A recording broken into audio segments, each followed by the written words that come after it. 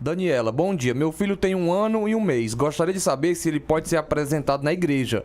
Eu e meu companheiro não somos evangélicos e nem somos casados, moramos juntos. Ô Daniela, um cheiro, um abraço para você, para o seu companheiro. Mas Daniela, eu preciso ser franco com você, tá? Preciso ser sincero e tentar, não sei se você vai ter como compreender, como entender, porque talvez você não faça parte do ambiente de igreja, né? E talvez você esteja chegando agora e as coisas são meio confusas para você ainda, porque não é algo que faz parte, né, do seu viver, do seu ambiente, né?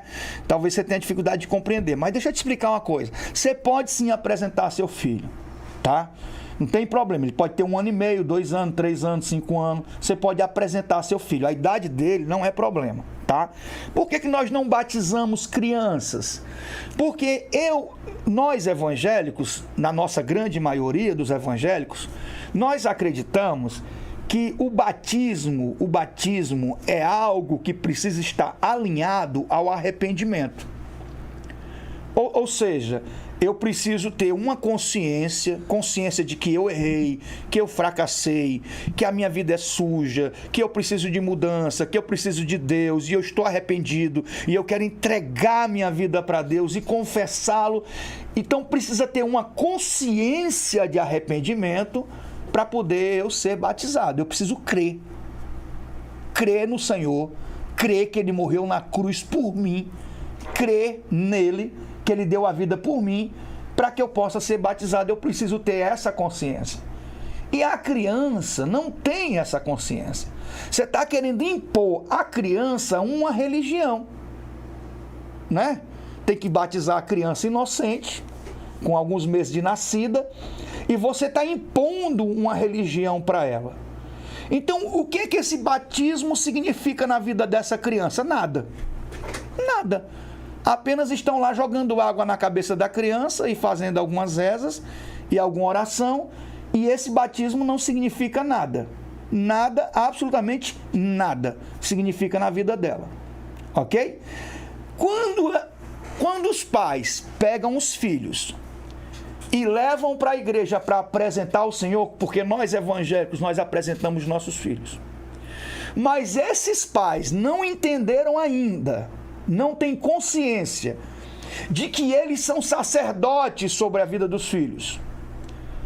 Que eles precisam ensinar os filhos a conhecer a Deus. Deixa eu fazer uma leitura aqui. Tá, aproveitando. Quem foi que fez a pergunta? Que ela disse que não é evangélica? Ela tá dizendo aqui, ó. Começamos a frequentar o ministério há pouco tempo. É a Daniela. Que ótimo, Daniela. É o nosso ministério que ela começou a frequentar, Breno? Sim, sim. Sabe dizer se é o nosso? Então, Daniela, deixa eu falar aqui para você, tá? Deuteronômio, no capítulo 6, a partir do verso 6, tá? Esse livro, Deuteronômio, faz parte do Pentateuco. O que é o Pentateuco? São os 5 primeiros livros da Bíblia escritos por Moisés. É o Pentateuco. Muito obreiro, pastor, não sabe disso. O Pentateuco é os 5 primeiros livros da Bíblia escritos por Moisés, certo? Aqui são instruções. O título na minha Bíblia, eu voltei a usar a Thompson, parei muitos anos de usar ela, e aí achei, ela foi, parece que foi relançada, e eu pedi para minha esposa, e um cheiro para minha amada, para minha esposa, amo demais, pedi para ela, a bichinha foi lá e comprou rápido, no mesmo dia ela comprou, só foi eu falar, ela foi lá comprar. Amarás o Senhor teu Deus, é o tema do capítulo 6 aqui, é um tópico que foi colocado aqui, né? Então no 6 diz assim: estas palavras que hoje te ordeno estarão no teu coração, tu as ensinarás repetidamente a teus filhos, e delas falarás assentado em tua casa, andando pelo caminho, deitando-te e levantando-te. Olha só a recomendação. Então os pais precisam ensinar que a influência mais poderosa sobre a vida dos filhos é a nossa. Por que existem tantos jovens perdidos? Por que existem tantas crianças que tão cedo se perdem, desandam, por causa da ausência? A ausência dos referenciais, a ausência de proteção, a ausência de amor, a ausência não está perto, não está perto para corrigir, não está perto para abraçar, não está perto para manifestar carinho, não está perto para servir como referencial. Por que uma criança, quando está brincando com os outros na escola, na idade de 5 anos, de 6 anos, o menino bate no peito e diz assim: meu pai é bombeiro, todo orgulhoso. O outro diz assim: meu pai é policial. O outro diz assim: meu pai é médico. Ou meu pai faz isso, o meu pai constrói casas. Porque para ele, para aquele menino, para aquela menina, o super-herói é o filho. Aliás, o super-herói é o pai. Se eu tiver algum ato falha aqui, vocês me corrigem na hora, viu, filho? Deixa não. O super-herói é o pai. Para aquela criança, o pai, a mãe, é tudo que eles têm, é o super-herói. Então, a Bíblia e o Senhor, na sua palavra, diz que nós somos a mais poderosa influência sobre a vida dos nossos filhos. Eu preciso entender que quando eu tenho um filho, eu preciso ser profeta na vida do meu filho. Eu preciso ser sacerdote na vida do meu filho. E nós, evangélicos, às vezes, estamos tão assim, desorientados. Por isso que a Bíblia diz que o meu povo sofre pela falta de conhecimento. A gente dá importância, Breno, para cerimoniais. A gente dá uma importância para liturgias. Eu não estou dizendo que cerimoniais e liturgias não têm nenhuma importância. Fazem parte. Cerimoniais e liturgias fazem parte. Mas a gente dá uma importância excessiva para cerimoniais e liturgias em que, se a nossa vida não estiver alinhada com a cerimônia, se a nossa vida não estiver alinhada com a liturgia, aquilo nada mais é do que uma encenação teatral. Nada mais é do que um teatro. Se um pai e uma mãe sobe em cima do altar para apresentar o filho ao Senhor, mas se a vida deles não está comprometida com a palavra, se a vida deles não está comprometida com a missão que foi delegada para eles, que missão foi essa?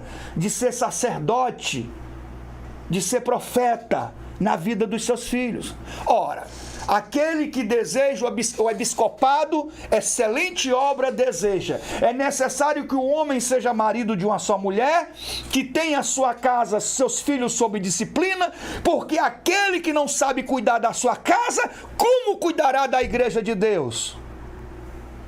E aí? Então, todo pastor, o seu primeiro sacerdócio é dentro de casa. Antes de ser pastor para a minha igreja, eu tenho que ser pastor para minha esposa, e eu tenho que ser pastor para os meus filhos, eu tenho que ser sacerdote na vida da minha esposa e na vida dos meus filhos, eu tenho que ser profeta na vida da minha esposa e na vida dos meus filhos. Então, levar o filho lá para ser apresentado e terminar o culto, ir para o bar tomar cerveja, ou à noite ir para o forró, ou viver da forma que tem vivido, do que adiantou ter apresentado o filho para a igreja no altar, se você apresenta a vida para ele da maneira errada? Porque não adianta criar os filhos dizendo: faço o que eu digo, mas não faço o que eu faço. Isso não funciona. Não funciona. Ele vai fazer o que você faz. Ele vai se espelhar em você. E você que é pai e mãe, você pode ser bênção ou maldição na vida do seu filho. Você pode trazer sobre ele uma influência abençoadora, positiva, ou você pode ser uma péssima influência na vida do seu filho. E não adianta, como eu disse domingo na igreja, às vezes, e aí eu estou saindo aqui um pouco, não tem nada a ver com a pergunta, eu peguei a pergunta da menina como um gancho, tá? A pergunta dela para mim é só um gancho, eu não estou falando isso para ela, ou com relação a ela, e claro que não, tá? Eu estou só aproveitando a pergunta dela, trouxe para mim uma abordagem de um assunto que eu acho importante falar, mas eu não estou falando isso para ela, tá? Então assim, eu estava falando na igreja essa semana que as pessoas fazem merda a vida toda, com decisões erradas, e quer que Deus conserte tudo em 10 minutos de oração. Quer ver tudo consertado ali, em 5 minutos de oração. E acha que as coisas funcionam assim. Meu querido, não se manipula o poder de Deus. Não se manipula Deus. Deus é soberano. A vontade dele prevalece. E ela é boa, perfeita e agradável. Mas existem processos e processos. Aqui, esse texto que eu li, está falando de vida. Está falando de amizade, de comunhão. Ensina teu filho a amar o Senhor. Como é que eu vou ensinar meus filhos a amar a Deus se eu não amo? Como é que eu vou ensinar os meus filhos a ter prazer na presença de Deus se eu não tenho? Como é que eu vou ensinar os meus filhos a ter prazer na oração se eu não oro? A ter prazer na adoração se eu não adoro? A ter prazer no louvor se eu não louvo? A ter prazer no ambiente da igreja se eu não estou na igreja? Ah, mas meu filho está abençoado, porque há 5 anos atrás, há 10 anos atrás, eu subi no altar e apresentei ele. Não, eu apresentar meu filho é um ato cerimonial, apresentar meu filho é um ato litúrgico, mas ao mesmo tempo que eu estou apresentando o meu filho, eu estou me comprometendo com Deus a fazer a minha parte para que o meu filho seja abençoado por Deus. Ao mesmo tempo que eu estou apresentando o meu filho, eu estou fazendo um pacto com Deus. Eu não estou colocando apenas a vida do meu filho na presença de Deus. Eu preciso colocar a minha. Porque quem vai estar no dia a dia e para quem ele vai estar olhando, as palavras que ele vai estar ouvindo, os exemplos que ele vai estar prestando atenção, são os meus. Então eu vejo as pessoas às vezes ligadas em certas cerimônias, sabe? De passar por baixo da tenda, de pegar o sabonete, de fazer isso, de fazer aquilo, mas elas não entendem que tem que mudar, tem que converter, tem que consertar a vida, tem que ser, não é o ter, é o ser, é a transformação. Então a cerimônia, a liturgia de apresentar o filho é importante, não importa com qual idade. Mas eu vou subir no altar para apresentar o meu filho, eu tenho que subir no altar para apresentar o meu filho. E para dizer para Deus que eu estou comprometido a ser sacerdote e profeta na vida do meu filho, que eu estou comprometido a ensinar o meu filho a amar a Deus, a orientar o meu filho nos caminhos do Senhor, que eu vou ser o guardião dele, o guardião da vida dele, aqui na terra serei eu. E a minha influência abençoadora sobre a vida do meu filho vai resvalar na vida dos meus netos e dos meus bisnetos. Aí é uma influência abençoadora.